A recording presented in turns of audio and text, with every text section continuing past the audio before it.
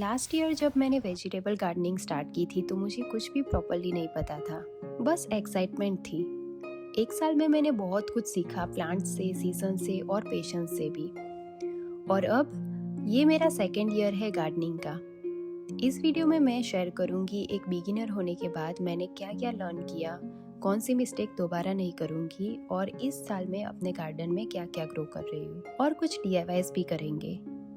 अगर आप भी गार्डनिंग स्टार्ट करना चाहते हो या ऑलरेडी ग्रो कर रहे हो तो शायद मेरी जर्नी आपके काम आए।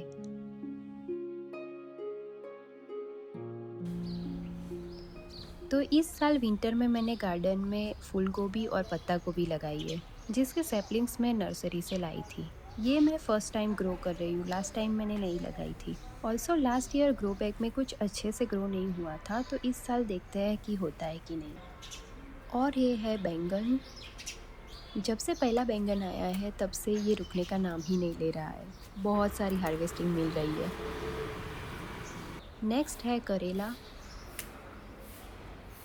करेला की बेल ने तो पीछे वाले सोसाइटी के ट्री को पूरा कब्जा ही कर लिया है और पास वाले टोमेटो प्लांट को भी अपनी लपेट में ले लिया है। लेकिन टोमेटो प्लांट्स भी हेल्दी और हैप्पी है। टोमेटो प्लांट्स के पास मैंने 2 चेरी टोमेटो प्लांट्स लगाए हैं। नेक्स्ट मैंने लगाए हैं कैरेट्स। ये है लौकी। अनियन में स्प्राउट्स आ गए थे तो मैंने यहाँ पे लगा दिया था। पीछे आपको दिख रहा है तो मैंने 3 हल्दी लगाई है। इसका कोई प्लान नहीं था पर सब्जी वाले ने ऐसे ही दे दी थी, स्प्राउट्स आ गए थे तो। और ये है अरबी और उसके पास है पैशन फ्रूट।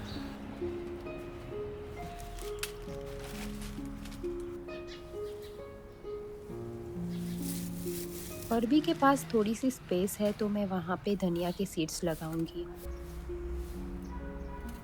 उसके लिए मैं सॉइल रेडी कर रही हूँ, नीम खली और वर्मी कंपोस्ट ऐड करके। वर्मी कंपोस्ट की जगह आप काऊ डंग भी ले सकते हो।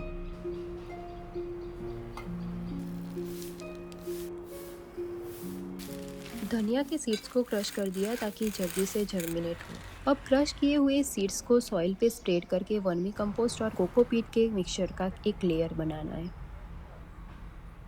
और लास्ट में ऐसे हल्के से प्रेस करना है ताकि जब हम पानी डालें तो सीड्स बाहर ना आ जाए। उसके पास मैं लगा रही हूँ गार्लिक। गार्लिक का जो नोकीला पार्ट होता है वो ऊपर रख के ऐसे लगाना है। गार्लिक को मैंने कॉलीफ्लावर और कैबेज के पास भी लगाया क्योंकि गार्लिक और अनियंस नेचुरल पेस्ट रिपेलेंट्स है और फंगल डिसीजेस भी रिड्यूस करते हैं।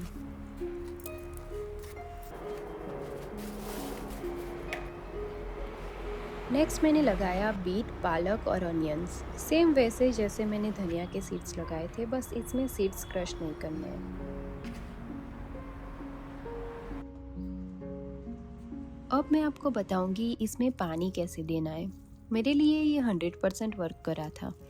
जब तक सीड्स जर्मिनेट ना हो जाए तब तक रोज हल्का हल्का सा पानी देना है और जब जर्मिनेट हो जाए तब आप 2 दिन में एक बार दे सकते हो, पर आपको इस बार ऊपर ऊपर नहीं, थोड़ा सा ज्यादा पानी देना है।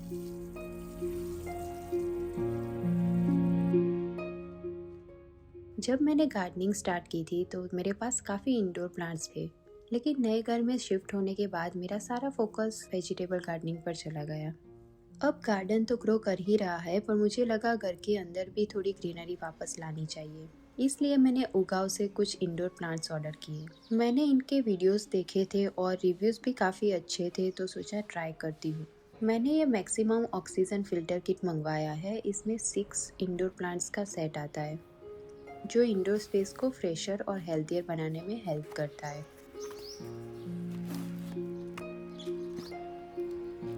पैकेजिंग ऑनेस्टली काफ़ी थॉटफुल है। ट्रैवल के टाइम प्लांट्स मूव ना करें इसलिए इन्हें रबर बैंड से सिक्योर किया गया है। सारे प्लांट्स काफ़ी हेल्दी कंडीशन में आए हैं, बिल्कुल फ्रेश और सेफ। ट्रैवल के बाद थोड़ा सा पानी दे दो और प्लांट इजीली सेटल हो जाते हैं। ये है सिंगोनियम। इसके एरो शेप्ड लीव्स स्पेस को एक सॉफ्ट और लश लुक देते हैं। ये है philodendron oxycardium green. Simple heart shaped leave के साथ बहुत काम और क्लीन फील देता है। और ये फिलोडेंड्रॉन डेजिल, इसके लीव्स में ग्रीन और लाइम वेरिगेशन होती है जो काफ़ी वाइब्रेंट लगती है। ये मनी प्लांट गोल्डन बहुत इजी टू ग्रो है और किसी भी कॉर्नर को इंस्टेंटली फ्रेश बना देता है। स्नेक प्लांट और स्पाइडर प्लांट भी इस सेट का पार्ट है। ये दोनों प्लांट्स मेरे पास ऑलरेडी है और काफ़ी अच्छे से ग्रो कर रहे हैं, इसलिए मैंने डिसाइड किया है कि इन्हें किसी को गिफ्ट कर दूँ। और मुझे प्लांट गिफ्ट करना पर्सनली बहुत अच्छा लगता है, क्योंकि ये सिर्फ एक गिफ्ट नहीं होता बल्कि एक ग्रोइंग मेमोरी भी होती है। टमेटो प्लांट काफ़ी बुशी हो गया है और ब्रांचेस भी नीचे बेंड हो रही है। नॉर्मली मैं सकस रिमूव करती हूँ और बॉटम लीव्स भी ट्रिम करती हूँ ताकि एयर सर्कुलेशन रहे, लेकिन हम कुछ दिन बाहर गए थे तो ग्रोथ बढ़ गई, इसलिए मैंने ब्रांचेस को थ्रेड से सपोर्ट दे दिया है और थोड़ी सी प्रूनिंग भी कर दी। जो लीव्स आप कट करते हो वो बिल्कुल भी मत फेंकिए, आगे मैं दिखाऊंगी गार्डन में काम आएंगे।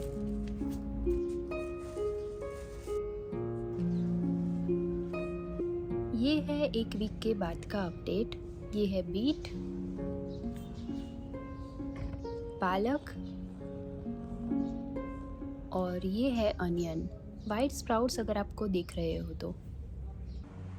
पत्ता गोभी और फूल गोभी के साथ मैंने ब्रोकोली के सैपलिंग्स भी मंगवाए थे, पर स्पेस नहीं थी तो यहाँ पे मैंने 2 बैंगन के प्लांट हटा दिए और यहाँ पे मैंने सोचा मेथी के साथ साथ ब्रोकोली भी लगा देती हूँ। पर यहाँ पे ज़्यादा धूप नहीं आती तो फिर मैंने मेथी ही लगाई, जैसे मैंने और लीफी वेजिटेबल्स के सीड्स लगाए थे।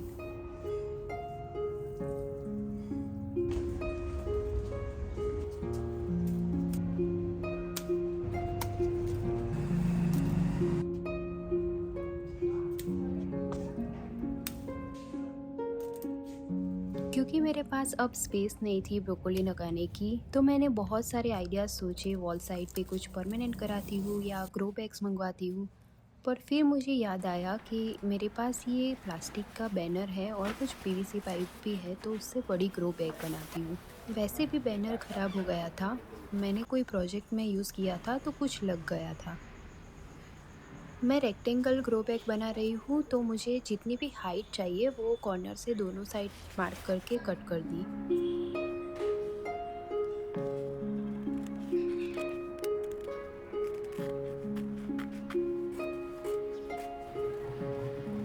तो इस तरह से यहाँ पे स्टिच आएंगी।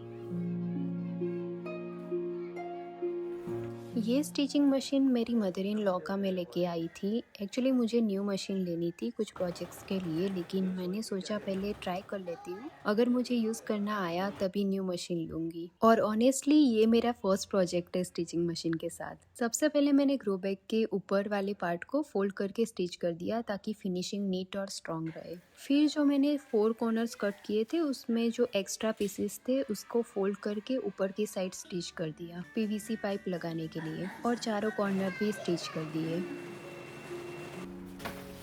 स्टिचिंग के बाद पीवीसी पाइप ग्रो बैग में पास करके एल्बो जॉइंट की हेल्प से फिट कर दिया।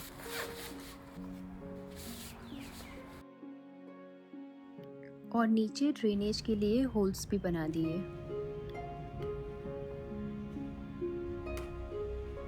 ग्रो बैग तो बन गया था, लेकिन ऑनेस्टली मुझे थोड़ा डाउट भी था कि ये प्रॉपरली वर्क करेगा या नहीं, क्योंकि मैंने सपोर्ट सिर्फ ऊपर की तरफ ही पीवीसी पाइप से दिया था।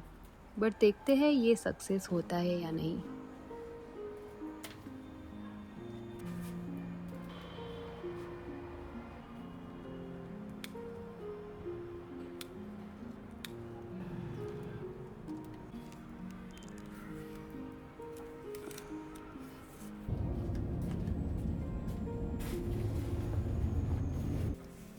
सबसे पहले मैं ये ड्राई ग्रास और कार्डबोर्ड का लेयर कर रही हूँ। आगे वाली लॉन कट हो रही थी तो मैंने ले लिया था। यहाँ पर ड्राई लीव्स काम आते हैं। बड़े गमले या ग्रो बैग में सिर्फ सॉइल ही फिल नहीं करना होता।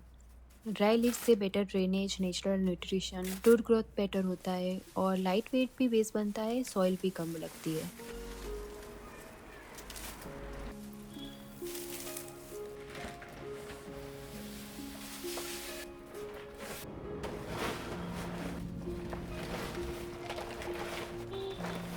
सॉइल में मैंने वर्मी कंपोस्ट, सैंड, कोकोपीट और नीम खली मिक्स किया।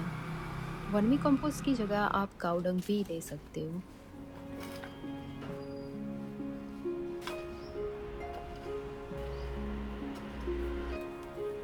ग्रो बैग में सॉइल ऐड करने के बाद भी ग्रो बैग अच्छे से उसका शेप नहीं आ रहा था क्योंकि मैंने नीचे से सपोर्ट नहीं दिया था।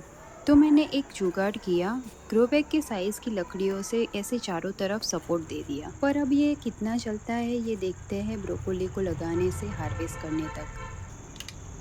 ब्रोकोली के सैपलिंग्स भी काफ़ी टाइम से लाके रखे थे। जगह नहीं थी तो लगाया नहीं था, तो देखते हैं वो भी सर्वाइव कर पाते हैं कि नहीं। इस बार मुझे ट्राई करने थे मटर, तो मटर के सीड्स को ओवरनाइट सोक करके ग्रो बैग में थोड़ी सी स्पेस बची थी तो मैंने वहाँ पे लगा दिया। और मैंने कुछ ज़्यादा ही सीड्स सोक कर दिए थे तो मैंने जहाँ पे भी जगह मिली वहाँ पे मैंने लगा दिए।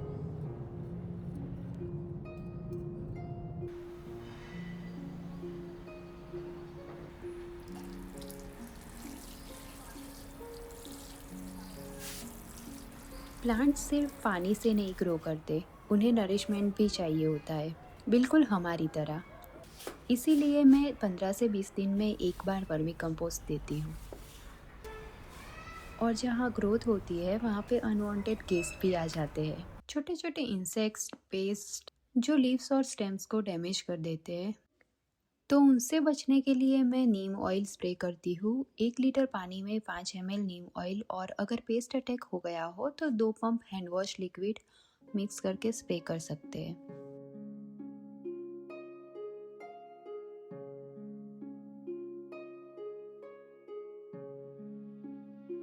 मीनवाइल पैशन फ्रूट में फ्लावर्स और फ्रूट भी आने लगे हैं।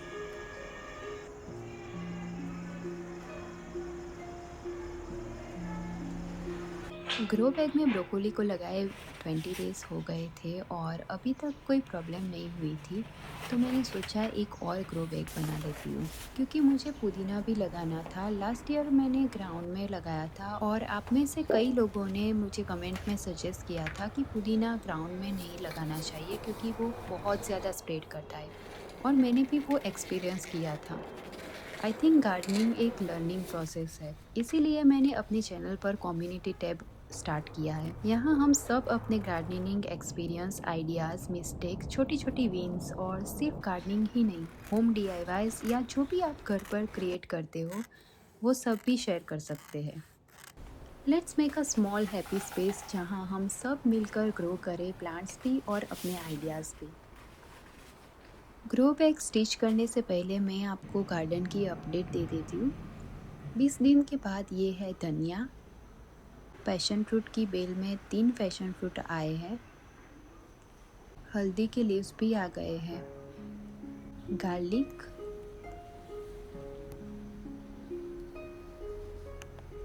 टमेटो के प्लांट्स में तो टमेटोज ढूंढ ढूंढ कर निकालना पड़ता है।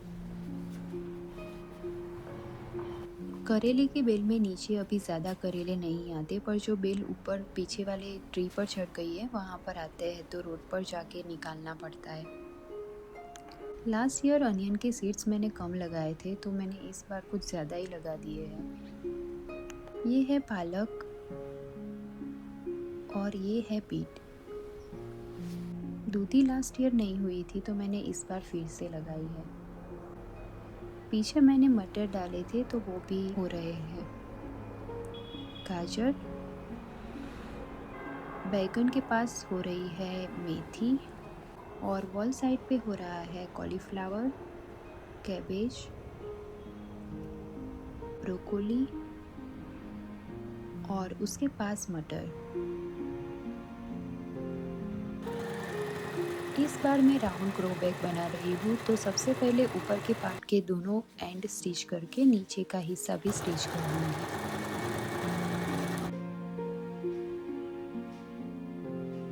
लास्ट में मैंने नीचे की साइड होल्स बना दिए। बड़ी वाली ग्रो बैग में जैसे मैंने dry leaves soil mix fill किया था वैसे ही इसमें ऐड कर दिया। अब 10 दिन पुदीना के स्टेम्स पानी में रखे हुए थे, उसके रूट्स आ गए हैं, तो सॉइल में पानी डाल के इसे भी लगा दूंगी।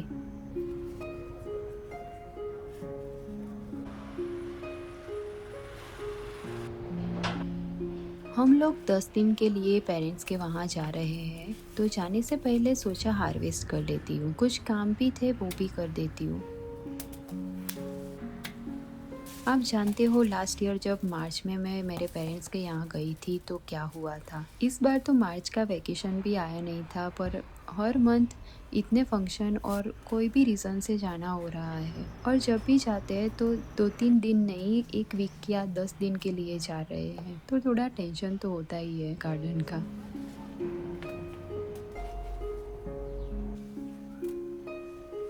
लास्ट टाइम बीट अच्छे हुए थे, पर जो सीड्स साथ में लग गए थे उनका ग्रोथ अच्छा नहीं हुआ था, छोटे रह गए थे। तो इस साल जो बीट के प्लांट साथ में है उसको सेपरेट करके आसपास स्पेस है वहाँ पे लगा दूंगी।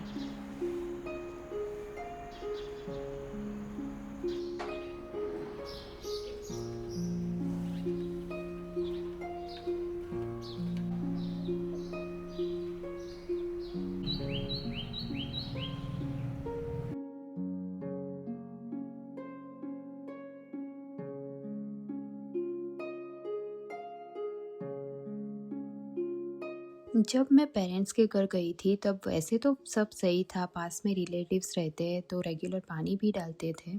पर पता नहीं कैसे मैंने जो टमेटोज़ के लिए फ्रेम बनाई थी वो गिर गई। मैंने वो फ्रेम ये सीमेंट ब्लॉक से टाई की थी जो बहुत ही हैवी है। पर पता नहीं वो कैसे नीचे गिर गया और पूरी फ्रेम नीचे गिर गई। ध्रुव ने ट्राई भी किया था बांधने का जब मैं नहीं थी। मुझे लगता है फिर से करना ही पड़ेगा, पर इतना ज़्यादा बुशी हो गया था प्लांट, सभी उलझ गया था, पता नहीं कैसे सेपरेट करके फिर से फ्रेम बनाकर टाई करूं। तो पहले तो मैंने सोचा वीड्स उगा हुआ है गार्डन में तो पहले वो साफ कर देती हूँ, फिर टोमेटो प्लांट का कुछ करते हैं।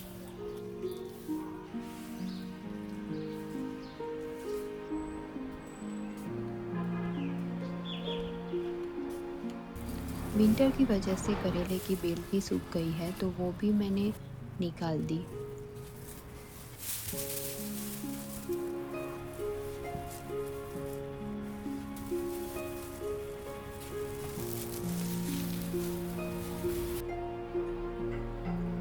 फाइनली अब मुझे टोमेटो प्लांट्स को ठीक करना था क्योंकि बहुत सारे टोमेटोज लगे हुए थे और फ्रेम टूटने की वजह से सारे दब गए हैं।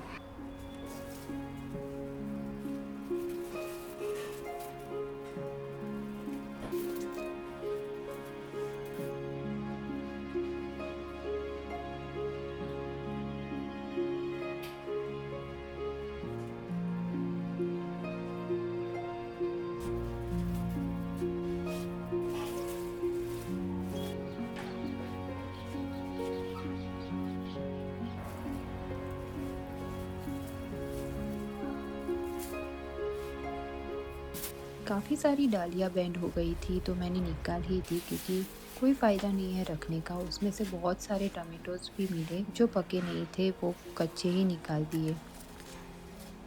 और किसी तरह से मैंने इस फिर से फ्रेम बनाकर सब कुछ टाइट कर दिया।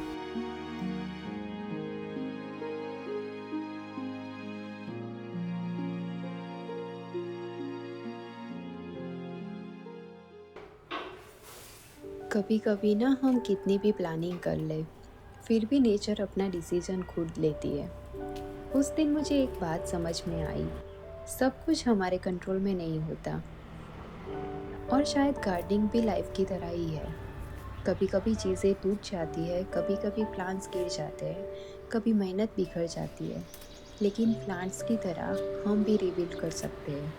थोड़ा पेशेंस, थोड़ा केयर, थोड़ा टाइम, और लाइफ फिर से खड़ी हो जाती है नए सपोर्ट के साथ। इस एक्सपीरियंस ने मुझे सिखाया एक्सेप्टेंस। हर बार बचना पॉसिबल नहीं, लेकिन हर बार दोबारा संभलना पॉसिबल है। और शायद यही गार्डनिंग का सबसे ब्यूटीफुल लेसन है।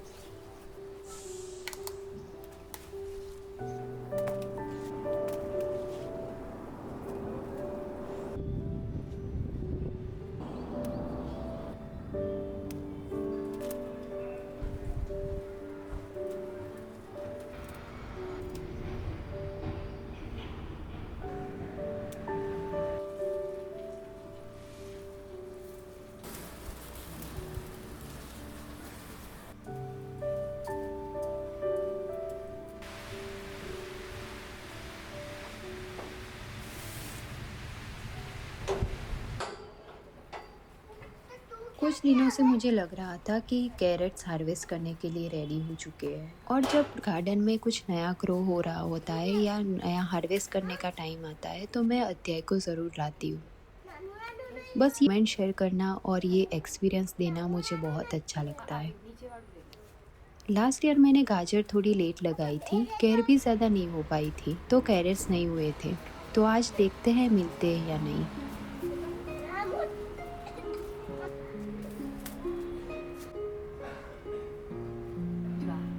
Orange thank you. ओह वाह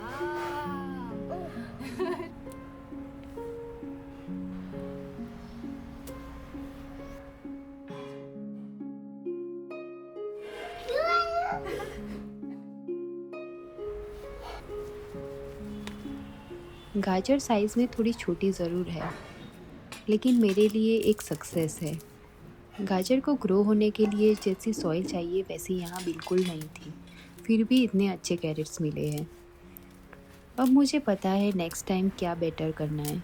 नेक्स्ट टाइम जब ग्रो करूँगी तो आपके साथ शेयर करूँगी सारी डिटेल।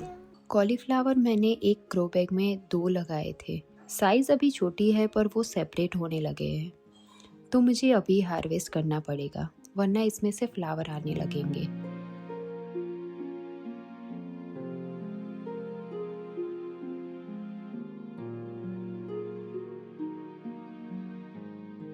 कैबेज और ब्रोकोली अभी भी छोटी है तो मैं थोड़ा वेट करूँगी, अभी हार्वेस्ट नहीं करूँगी।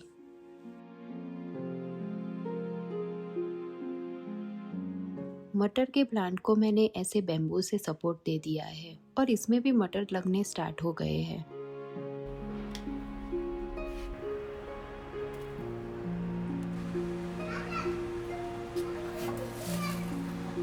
दूध का एक्सपायरी निकल गया था तो मैंने दही बना लिया और अब प्लांट्स को दे रही हूँ। कभी कभी होममेड फर्टिलाइज़र से प्लांट को थोड़ा एक्स्ट्रा केयर मिल जाता है।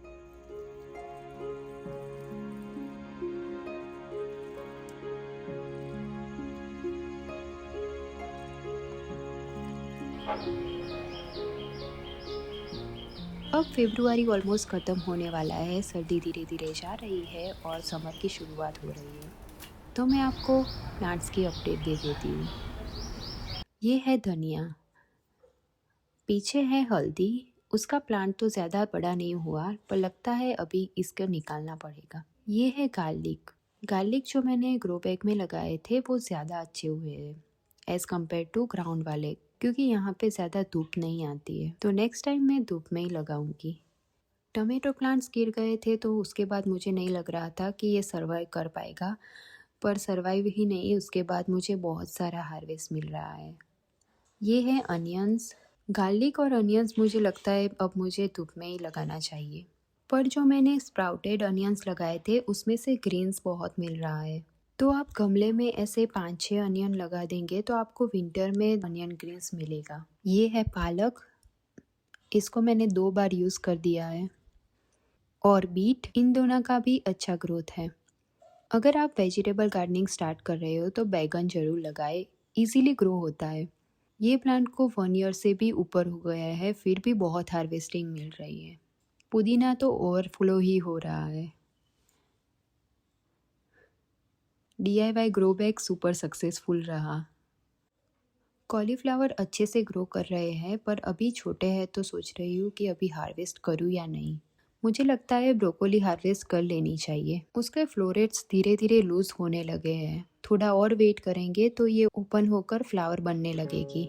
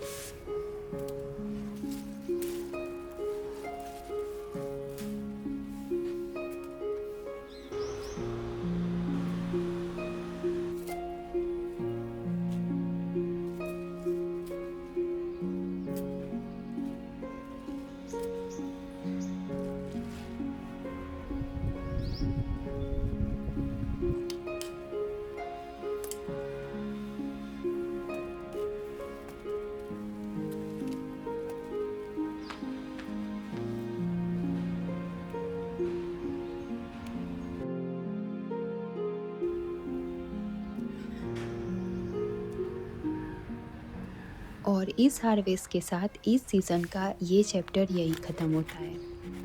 कुछ प्लांट ने अपनी जर्नी कंप्लीट की और कुछ अभी अपनी रिदम में हैं, धीरे धीरे ग्रो कर रहे हैं। हर दिन ने कुछ ना कुछ सिखाया, कभी पेशेंस, एक्सेप्टेंस और कभी सिर्फ ऑब्जर्व करना। गार्डन हमेशा याद दिलाता है कि ग्रोथ धीरे धीरे होती है, कभी दिखती है, कभी चुपचाप चलती रहती है, लेकिन रुकती कभी नहीं। अब थोड़ा रिसेट, थोड़ा प्रिपरेशन, मिट्टी को भी और दिल को भी। फिर एक नई शुरुआत होगी, नए मौसम के साथ, नई उम्मीदों, नए एक्सपीरियंस और नई कहानियों के साथ। मिलते हैं गार्डन के नेक्स्ट चैप्टर में।